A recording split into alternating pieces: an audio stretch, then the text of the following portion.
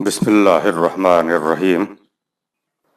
مطالب الفرقان، سورہ الشعراء نمبر 26، مکی، آیت نمبر 101۔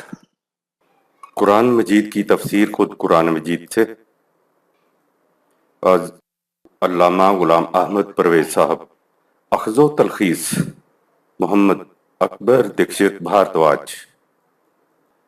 نظر ثانی ڈاکٹر انعام الحق، آیت نمبر 101۔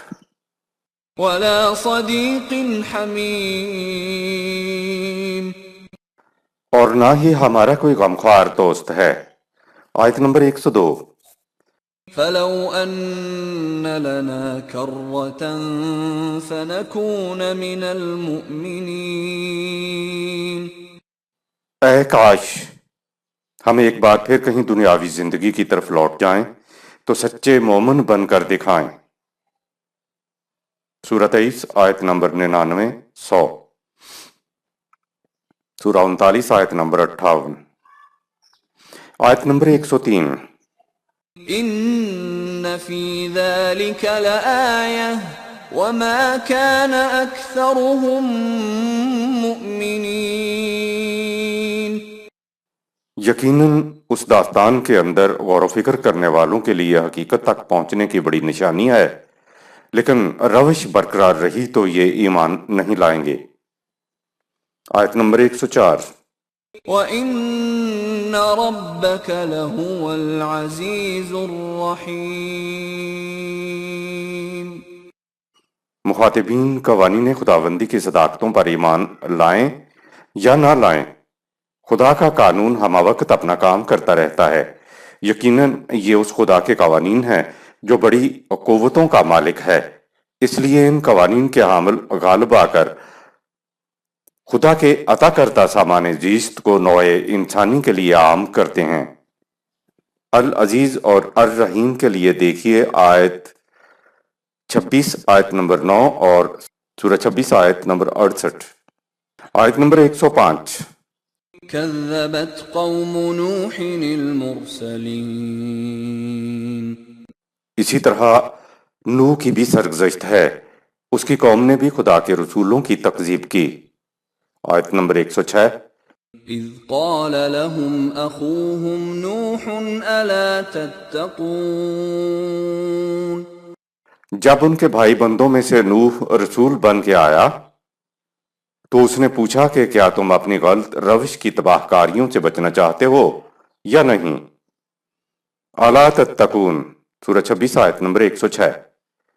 اس کا عمومی ترجمہ تو یہ ہے کہ کیا تم متقی اور پرہیزگار بننا چاہتے ہو یا نہیں۔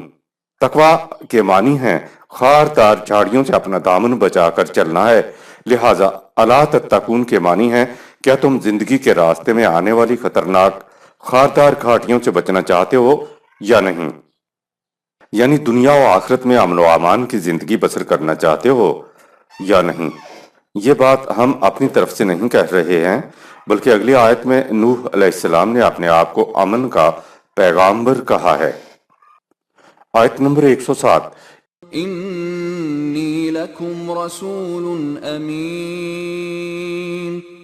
اے میری قوم کے لوگوں سنو، مجھے خدا نے تمہاری طرف امن و سلامتی کا پیغامبر بنا کر بھیجا ہے۔ امین، سورہ 26 آیت 107۔ اس لفظ کا مادہ الف میم نون ہے۔ اسی مادہ سے امن اور مومن کے الفاظ ہیں۔ مومن کے معنی ہیں وہ جو خود بھی امن میں رہنے والا ہو اور دوسروں کے امن کا بھی ذمہ دار ہو۔ جس قوم کو ایک ثانیہ کے لیے بھی امن نصیب نہ ہو وہ اپنے آپ کو مومن کہلانے کی مستحق نہیں۔ اس کے علاوہ جو قوم اپنے امن کے لیے دوسروں کی دست نگر ہو وہ بھی مومن نہیں ہو سکتی۔ ہدایات خداوندی کا اتباع کرنے والی قوم کے قریب خوف و حزن نہیں آ سکے گا۔ سورہ 2 آیت نمبر 38، آیت نمبر 108۔ فاتقوا الله وأطيعون۔ تم اپنی غلط روش کی تباہ کاریوں سے بچنا اور امن سے رہنا چاہتے ہو تو تم اجتماعی طور پر اللہ کے قوانین کی اطاعت کرو۔ اس کا عملی طریق یہ ہے کہ تم میری اطاعت کرو۔ مرکز ملت یعنی فیکم رسول کا مفہوم فتقوا اللہ و اطیعون، سورہ 26 آیت نمبر 108۔ حضرت نوح علیہ السلام نے کہا، امن و امان والی زندگی بسر کرنے کے لیے خدا کے قوانین کی نگہداشت کرو، یعنی ان کی اطاعت کرو، لیکن اطاعت الگ الگ نہیں بلکہ جیسے میں کہوں ویسے اطاعت کرو۔ وَأَطِیعُونَ، سورہ 26 آیت نمبر 108 نے مذہب اور دین میں فرق کو نکھار کر بیان کر دیا۔ ہر مذہب میں ہر کوئی الگ الگ پرستش کرتا ہے اور اللہ کے حکم کو مان رہا ہوتا ہے۔ ایسے لوگوں کو اجتماعی مسائل سے کچھ واسطہ نہیں ہوتا۔ مذہب کے برعکس دین میں ابتدا ایک نبی کی قیادت میں سارا معاشرہ مل کر ایک نظام تشکیل کرتا ہے اور پھر سارے مل کر نظام کے احکامات کی اطاعت کرتے ہیں۔ نظام کی تشکیل کے بعد ایک نبی کہتا ہے کہ میں اس نظام کا مرکزی فرد ہوں کیونکہ میں خدا کی طرف سے احکام لے کر آیا ہوں۔ میں وحی کی حدود میں رہتے ہوئے باہمی مشاورت کروں گا، سورہ 42 آیت نمبر 38، اور طے شدہ احکام کو خود بھی بچا لاؤں گا اور تم سے بھی بجا لانے کا مطالبہ کروں گا۔ یاد رہے جب تک فیکم رسول یعنی نظام خداوندی کا سربراہ امت کے اندر نہ ہو تو نظام تشکیل نہیں پا سکتا اور نہ ہی دین کا نظام چل سکتا ہے۔ دین کی مرکزی سینٹرل اتھارٹی کو ہم نے مرکز ملت کہا ہے۔ اگر ہم سینٹرل گورنمنٹ کہتے تو سننے والی کی توجہ موجودہ حکومت کی طرف چلی جاتی۔ آخری نبی نے دین کا نظام تشکیل دیا تو مرکزی فرد کی حیثیت سے، فیکم رسول کی حیثیت سے آپ صلی اللہ علیہ وسلم باہمی مشاورت کے ساتھ احکام صادر کیا کرتے تھے۔ آپ صلی اللہ علیہ وسلم کی وفات کے بعد خلفائے راشدین نے دین کے مرکزی افراد کی حیثیت سے، فیکم رسول کی حیثیت سے نظام کو چلایا۔ اس آیت میں یہی کہا گیا ہے کہ اگر تقوی کی غایت حاصل کرنا چاہتے ہو تو پھر الگ الگ نہیں بلکہ جیسے جیسے میں مرکز ملت احکام صادر کرتا چلا جاؤں تم ان کی اطاعت کرتے چلے جاؤ۔ مرکز ملت کی اطاعت کسی ڈکٹیٹر کی اطاعت نہیں ہوتی کیونکہ وہ اپنی ذاتی خواہشات و جذبات کی اطاعت کا مطالبہ نہیں کرتا بلکہ وہ قوانین خداوندی کی حدود میں رہتے ہوئے مجلس مشاورت میں طے کردہ احکام کو صادر کرتا ہے۔ وَأَمْرُهُمْ شُورَى بَيْنَهُمْ، سورہ 42 آیت نمبر 38 کا یہی مفہوم ہے۔ مذہب اور دین میں یہی فرق ہے کہ اگر خدا کی اطاعت پرستش الگ الگ کی جائے تو مذہب بن جاتا ہے، اور اگر خدا کی اطاعت سینٹرل اتھارٹی مرکز ملت کی قیادت میں کی جائے تو یہ دین بن جاتا ہے۔ آیت نمبر 109۔ وما أسألكم عليه من أجر إن أجري إلا على رب العالمين۔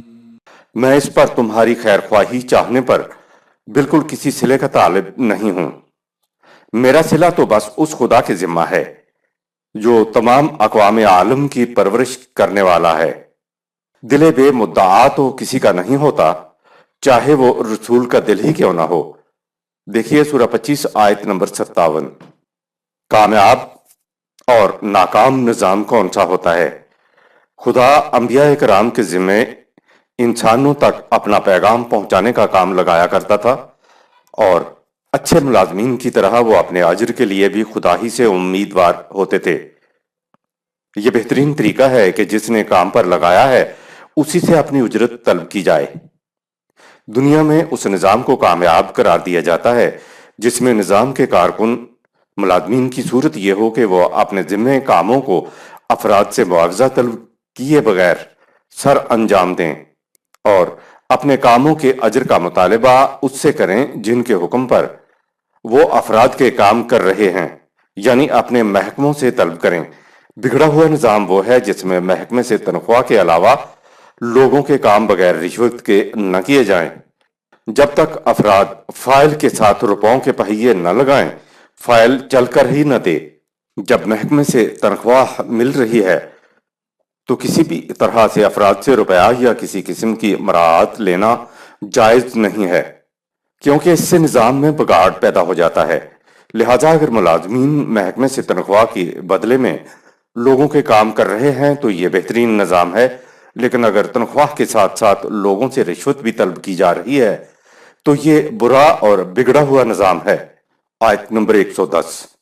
فاتقوا اللہ وأطیعون، لہذا تم میری رہنمائی میں صرف قوانین خداوندی کی اطاعت کرو۔ فاتقوا اللہ وأطیعون، سورہ 26 آیت 110۔ دیکھیے سورہ 26 آیت 108، آیت نمبر 111۔ قالوا انؤمن لك واتبعك الارذلون، قوم نوح کے مخالف سرداروں نے کہا، یہ تم کیا کہہ رہے ہو؟ کیا ہم تمہیں اپنا لیڈر تسلیم کر لیں، جبکہ حالت یہ ہے کہ معاشرے کے رذیل اور ادنا درجے کے کام کرنے والے لوگوں نے تیری پیروی اختیار کی ہوئی ہے، یعنی رذیلوں کو ہم اپنا ہم اثر بنا لیں۔ کالو انومنو لاکا، سورہ 26 آیت 111۔ اس آیت میں یہ جو لاکا لام کے ساتھ کاف ہے یہ بڑا اہم ہے۔ یہاں ایمان لانے کی بجائے بات ماننا اس کے معنی ہوتے ہیں۔ عربی جاننے والے جانتے ہیں کہ یہ حروف بڑا فرق پیدا کر دیتے ہیں۔ آیت نمبر 112۔ قال وما علمي بما كانوا يعملون، نوح علیہ السلام نے کہا کہ مجھے اس سے غرض نہیں کہ ان لوگوں کے پیشے کیا ہیں، نہ ہی مجھے معلوم کرنے کی ضرورت ہے۔ آیت نمبر 113۔ ان حسابهم الا على ربي لو تشعرون، ان کے کاموں کا حساب کرنا تو میرے رب ہی کا کام ہے، کاش تم سمجھ سکتے۔ قرآن کے مطابق میزان خداوندی میں عزت و تکریم اس کی ہے جو قوانین خداوندی کی نگہداشت کرتا ہے۔ سورہ 49 آیت نمبر 13۔ آیت نمبر 114۔ وما انا بطارد المؤمنین، میں تمہاری خاطر ان لوگوں کو اپنے سے الگ نہیں کر سکتا جو قوانین خداوندی کی صداقت پر ایمان لا کر میرے رفیق کار بنے ہیں۔ آیت نمبر 115۔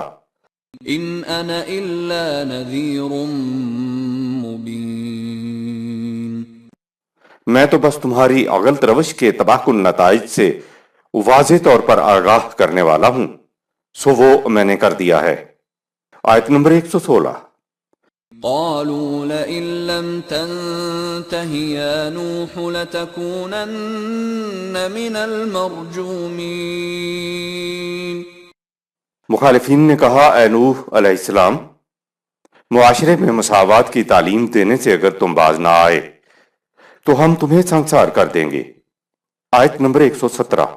قال رب ان قومی كذبون، نوح علیہ السلام نے اپنے رب سے فریاد کی کہ اے میرے نشو و نما دینے والے، میری قوم میری ہر بات کی تکذیب کیے جا رہی ہے۔ آیت نمبر 118۔ فافتح بینی وبینہم فتحا ونجنی ومن معی من المؤمنین، اے میرے رب، تو ان میں اور مجھ میں قطعی فیصلہ کر دے، اور مجھے اور میری جماعت کے لوگ جو تیرے قوانین کی صداقت پر ایمان رکھتے ہیں کو ان کی دستدرازیوں سے محفوظ رکھ۔ درمیان میں عرصہ گزرا ہوگا، واقعات ہوئے ہوں گے، لیکن قرآن نے ان واقعات کو بیان نہیں کیا۔ قرآن سیدھا حضرت نوح علیہ السلام کی فریاد پر آ گیا کہ اے میرے رب، اب تو ہی فیصلہ کر دے کہ یہ الگ ہو جائیں اور ہم الگ ہو جائیں تاکہ ہم ان کی دستدرازیوں سے محفوظ ہو جائیں۔ آیت نمبر 119۔ فأنجیناہ ومن معه فی الفلک المشحون، چنانچہ ہم نے نوح علیہ السلام اور اس کے ساتھیوں کو ایک کشتی میں سوار کیا اور انہیں بخیر و خوبی نکال کر لے گئے۔ آیت نمبر 120۔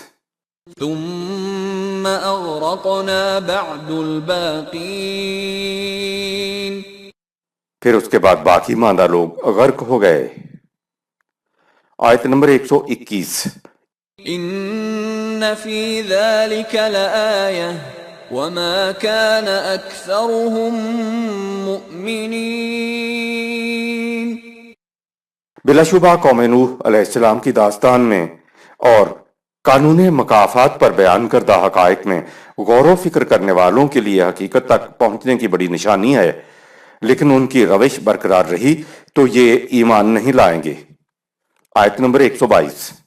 وَإِنَّ رَبَّكَ لَهُوَ الْعَزِيزُ الرَّحِيمُ۔ مخالفین قوانین خداوندی کی صداقت پر ایمان لائیں یا نہ لائیں، خدا کا قانون ہم وقت اپنا کام کرتا رہتا ہے۔ یقیناً یہ اس خدا کے قوانین ہیں جو بڑی قوتوں کا مالک ہے، اس لیے ان قوانین کے حامل غالب آ کر خدا کے عطا کردہ سامان زیست کو نوع انسانی کے لیے عام کرتے ہیں۔ اقوام سابقہ پر عذاب سے متعلق ہمارا عمومی تصور۔ سابقہ اقوام پر عذابوں کا جو ذکر قرآن میں آتا ہے، ان کے متعلق ہمارے ہاں عمومی سا تصور یہ ہے کہ عوام خدا کی عبادت بمانی پرستش کرنا چھوڑ دیتے تھے اور جرائم کرتے تھے، تو جرائم اور عبادت نہ کرنے کی پاداش میں خدا کی طرف سے ایک عذاب آ جاتا تھا اور قوم کے گناہگار لوگ عذاب میں گرفتار ہو جاتے تھے، جبکہ ایمان والوں کو بچا لیا جاتا تھا، یعنی کسی قاعدے قانون کے بغیر ہی معجزانہ طور پر خدا کی طرف سے عذاب آ جاتا تھا۔ سابقہ اقوام پر عذاب کو نبی کا معجزہ سمجھا جاتا ہے۔ اب ختم نبوت کی وجہ سے چونکہ انبیاء اکرام کے آنے کا سلسلہ ختم ہوا تو خدا کا عذاب آنا بھی ختم ہوا۔ اب سوال یہ ہے کہ عذابوں کا سابقہ اقوام کے غلط نظام ہائے زندگی یا اعمال یعنی داخلی کردار سے بھی کوئی تعلق تھا یا نہیں؟ یہ بڑا اہم سوال ہے، اس کو محض معجزہ کہہ کر آگے نہیں بڑھ جانا چاہیے۔ کہا جاتا ہے کہ معجزہ دکھانے والے اب نہیں آئیں گے، اس لیے عذاب نہیں آئے گا اور اب ہماری عیش ہے۔ سوال یہ ہے کہ سابقہ اقوام پر عذاب سے اقوام کے داخلی کردار سے کوئی تعلق تھا بھی یا نہیں؟ خارجی حوادث یعنی عذاب اور قوم کے داخلی کردار میں باہمی تعلق۔ قرآن کریم کہتا یہ ہے کہ اقوام مثلا ہم قوم نوح کو پہلے لیتے ہیں۔ ان کا جرم تھا کہ انہوں نے اپنے معاشرے میں طبقاتی ناہمواریاں پیدا کی ہوئی تھیں۔ دوسری بات یہ کہ اس قوم نے ذاتی اخلاق اور کردار کی بجائے دولت کو عزت اور مناصب کا معیار قرار دیا ہوا تھا۔ محنت سے روٹی کمانے والوں کو وہ کمین کہتے تھے جن کے ساتھ بیٹھنا تک بھی ان کو گوارا نہ تھا۔ سیلاب آیا اور وہ غرق ہو گئے۔ دوسری قوم کا جرم بتایا کہ انہوں نے زمین پر لکیریں کھینچ کر اسے اپنی ذاتی ملکیت میں لے لیا تھا۔ غریبوں اور ان کے مویشیوں پر ان کی خود ساختہ ملکیت کے دروازے بند ہوتے تھے۔ آتش فشاں پہاڑ سے لاوا آیا اور انہیں تباہ کر کے رکھ دیا۔ کسی قوم نے اپنا سیاسی نظام ایسا بنایا کہ محکوم رعایا پر عرصہ حیات تنگ ہو کر رہ گیا۔ زلزلہ آیا اور وہ قوم تباہ ہو گئی۔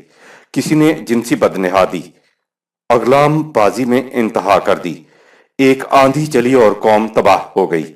سوال یہ ہے کہ گنائی گئی بد اخلاقیوں کا طبعی حوادث کے ساتھ کیا تعلق ہے؟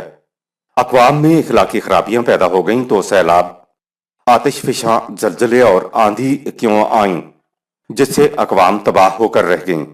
سیلاب، آتش فشاں، زلزلے اور آندھیاں تو آج بھی آتی ہیں۔